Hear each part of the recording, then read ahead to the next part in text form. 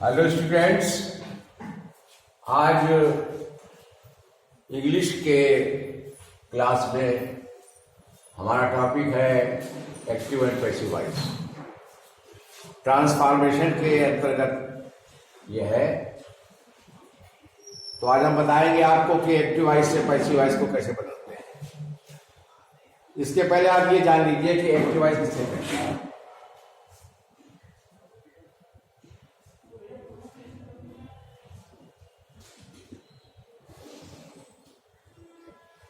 जब कर्ता के संबंध में बात की जाए तो वो वाक्य एक्टिव वॉइस होता है।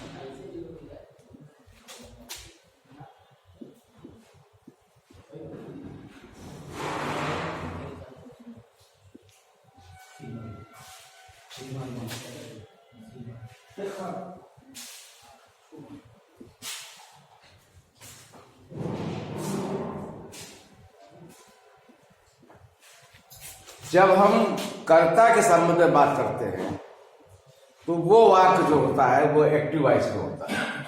और पैसिव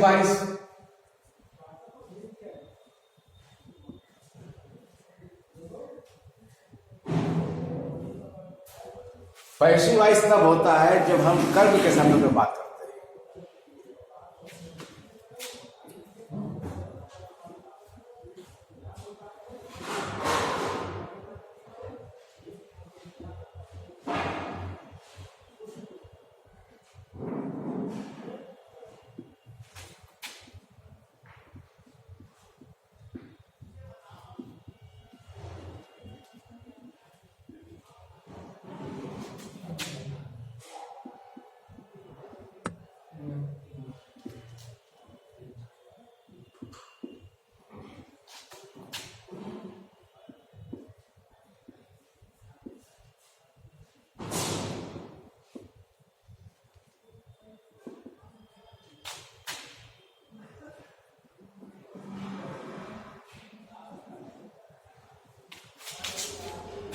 जब हम कर्म के संबंध में बात करते हैं तो वो सेंटेंस जो है पैसिव वॉइस में होता है।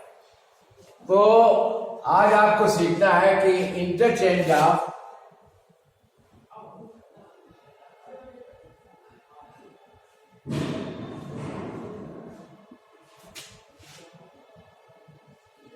Active to passive voice.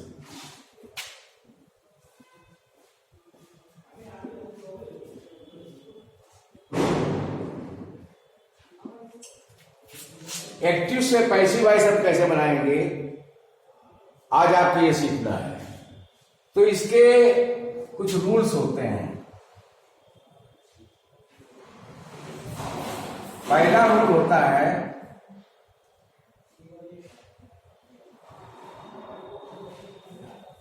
Object को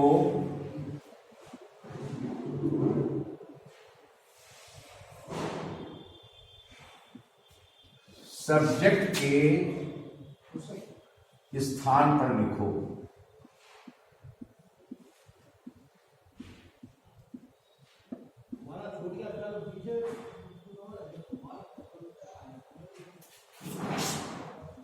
दूसरा होता है पैसिव वॉइस की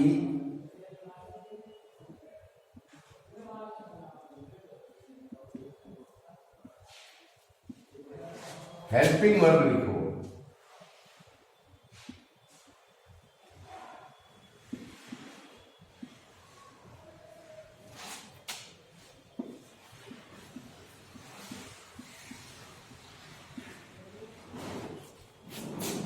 तीसरा नियम होता है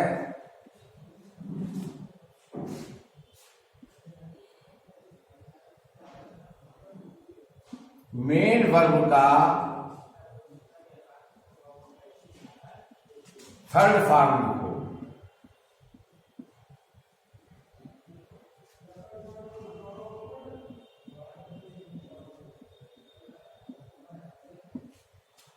चौथा होता है एटेंड बाई आदि का प्रयोग करो।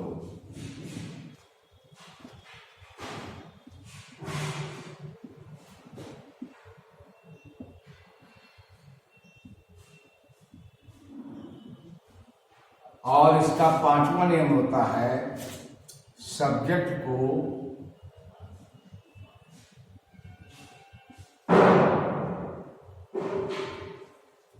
ऑब्जेक्ट के स्थान पर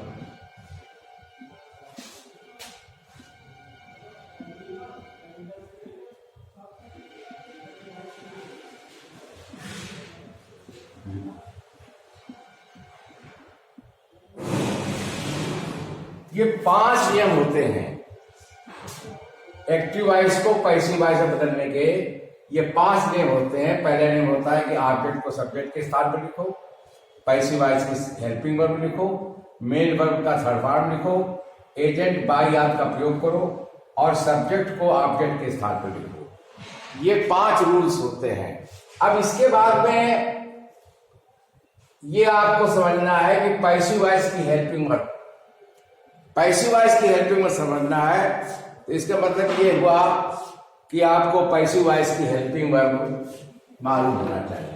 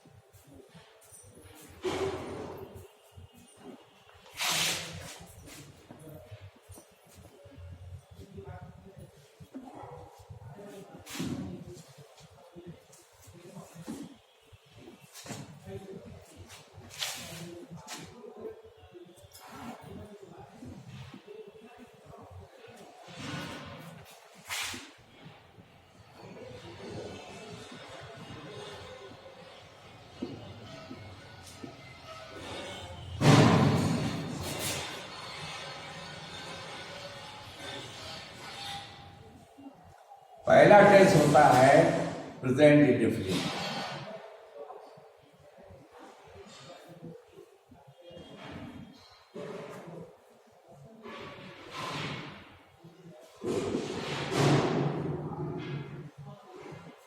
इसकी हेल्पिंग वर्ब होती है इज एम आर।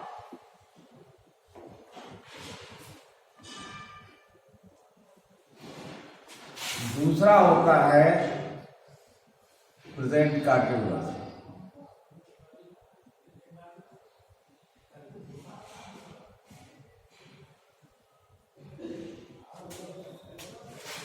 इसकी हेल्पिंग वर्ब वही होती है जो पैसिव टू एक्टिव की होती है, केवल बीइंग और जोड़ देंगे।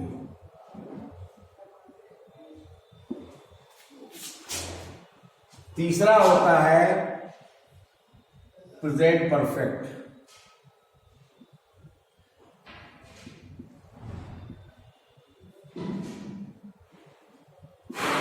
इसकी हेल्पिंग वर्ब वही होती है जो एक्टिव वॉइस की होती है, केवल बी जोड़ दिया जाता है, यानी हैव प्लस बीन। ये 3 के ही पैसिव वॉइस बनते हैं। परफेक्ट कंटीन्यूअस का पैसिव वॉइस नहीं बनता। चौथा होता है पास्ट इंडेफिनिट।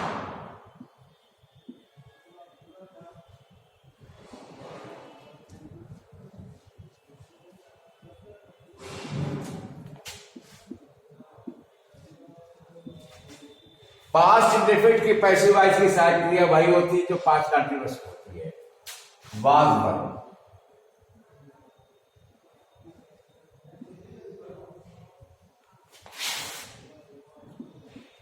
पास्ट कंटीन्यूअस,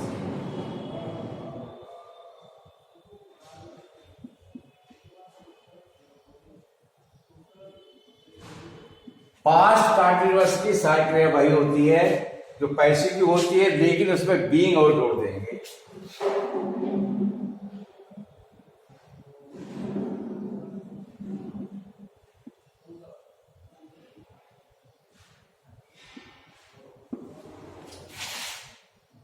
छठा होता है पास्ट परफेक्ट।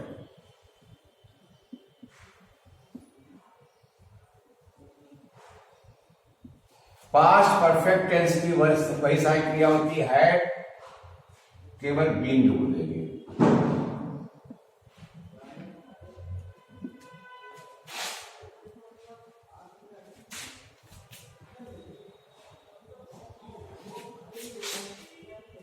अब इसके बाद में फ्यूचर इंडेफिनिट।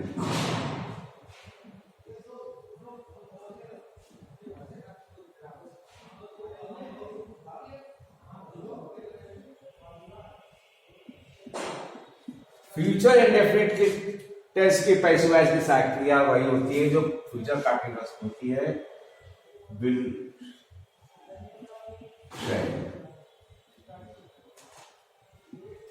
फ्यूचर कंटीन्यूअस का बनता नहीं है, फ्यूचर परफेक्ट बनता है।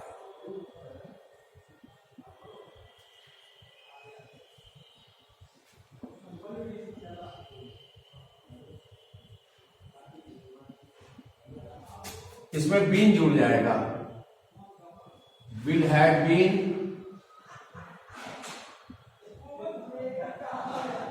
और शैल हैव बीन।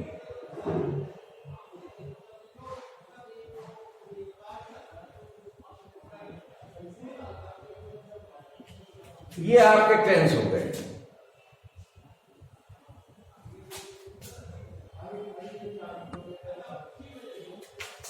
अब इसके बाद में जो मॉडल वर्ड्स होती हैं उनका समझ लीजिए। Would, should, must, art,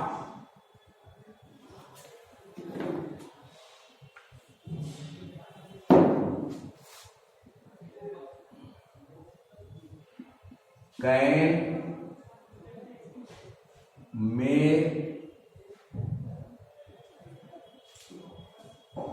could, might,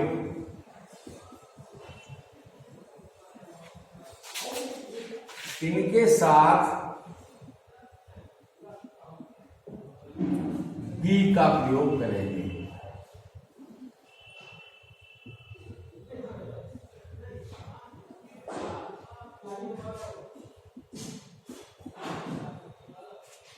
ये आपकी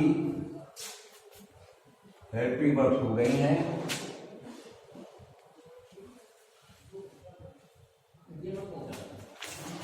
अब इनको फिर समझ लीजिए आप। प्रेजेंट इंडेफिनिट टेंस की सहायक क्रिया, देखिए इसको आप समझ लीजिए कि अगर आप एक्टिव वॉइस की सहायक क्रिया के हिसाब से चलेंगे तो आसानी से समझ लेंगे। प्रेजेंट इंडेफिनिट टेंस की सहायक क्रिया प्रेजेंट कंटीन्यूअस की जो सहायक क्रिया होती है एक्टिव वॉइस की, वो प्रेजेंट कंटीन्यूअस की सहायक क्रिया जो एक्टिव वॉइस में होती है वही होती है बीइंग और जुड़ जाता है। प्रेजेंट परफेक्ट की हेल्पिंग वर्ब वही होती है जो एक्टिव वॉइस की होती है, सो बीइंग और जुड़ जाता है। पास्ट इंडेफिनिट की सहायक क्रिया हेल्पिंग वर्ब जो होती है वो पास्ट कंटीन्यूअस वाली होती है एक्टिव वॉइस की। पास्ट कंटीन्यूअस की सहायक हेल्पिंग वर्ब वही होती है was verb plus being too रहता है। पास्ट परफेक्ट की हेल्पिंग वर्ब हैड के साथ बीइंग टू रहता है। फ्यूचर इंडेफिनिट की वो होती है जो फ्यूचर कंटीन्यूअस के एक्टिव वॉइस में होती है, विल शैल। और फ्यूचर परफेक्ट की वही होती है जो फ्यूचर परफेक्ट की होती है, will have, shall have, been और बोलते हैं। अब जो मॉडल वर्ड्स होती हैं would, should, must, ought, can, may, could, might आदि, इनके साथ में बी का प्रयोग करेंगे। ये आपकी हेल्पिंग वर्ब्स हैं, इनको आपको समझना बहुत जरूरी है। अब इन हेल्पिंग वर्ब्स के बाद में हमें ये देखना है कि हम जो पर्सनल प्रोनाउन का प्रयोग यहां पर होता है तो वो कैसे करेंगे, उसको देखिए।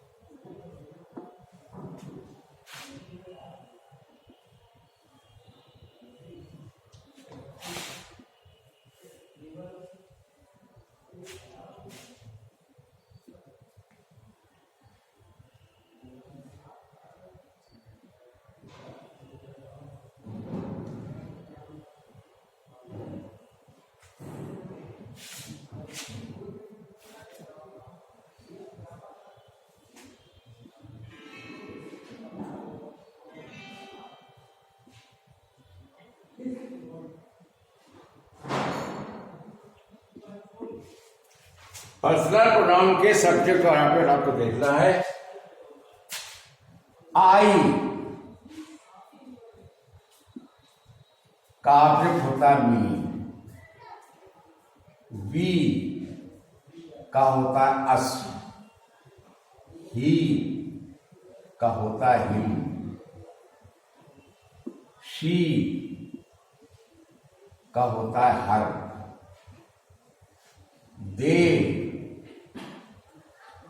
दे का होता है देव।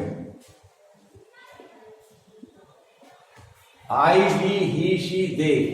और जो हु होता है इसका होता है हूं।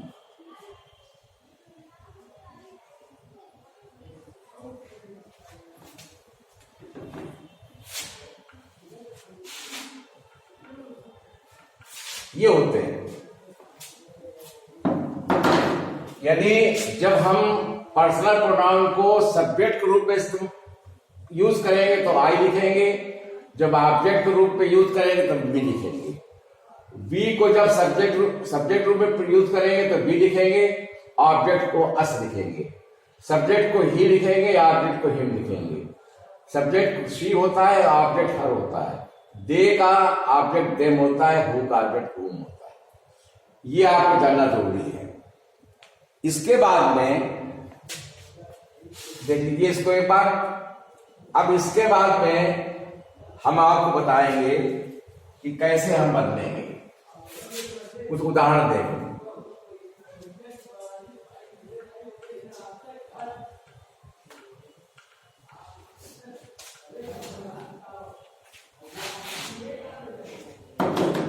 फिर शुरू करते हैं।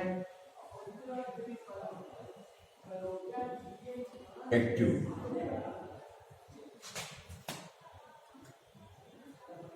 he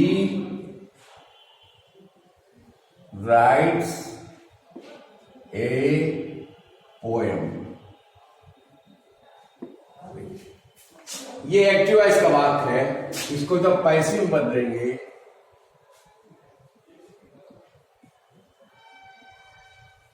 तो अब पहला नियम देख लीजिए कि ऑब्जेक्ट को सब्जेक्ट के स्थान पर लिखो। ये स्थान सब्जेक्ट का है और ये स्थान जो है ऑब्जेक्ट। ऑब्जेक्ट को सब्जेक्ट के स्थान पर लिखो, यहां लिख देंगे ए पोएम।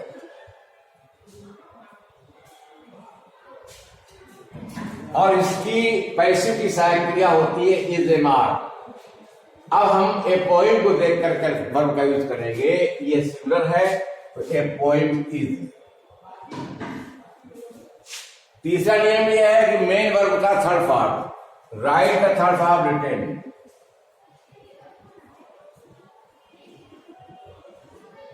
बाई का प्रयोग करेंगे और ही का ऑब्जेक्ट हिम। इसको ये आपका ऐसे बन गया। और उदाहरण देखिए दूसरे टेंस का, कंटिन्यूअस का।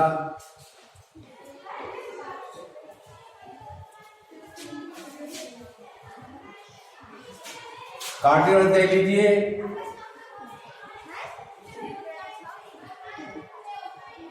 Gita is reading Hindi. इसका बनेगा पैसिव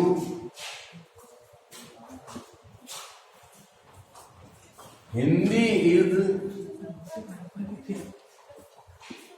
अब साइड लिखेंगे बीइंग, हिंदी इज बीइंग और जोड़ दीजिए बीइंग। मुखिया का third form red.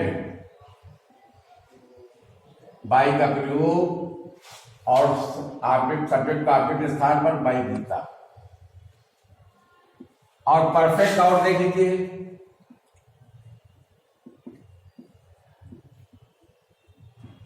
I have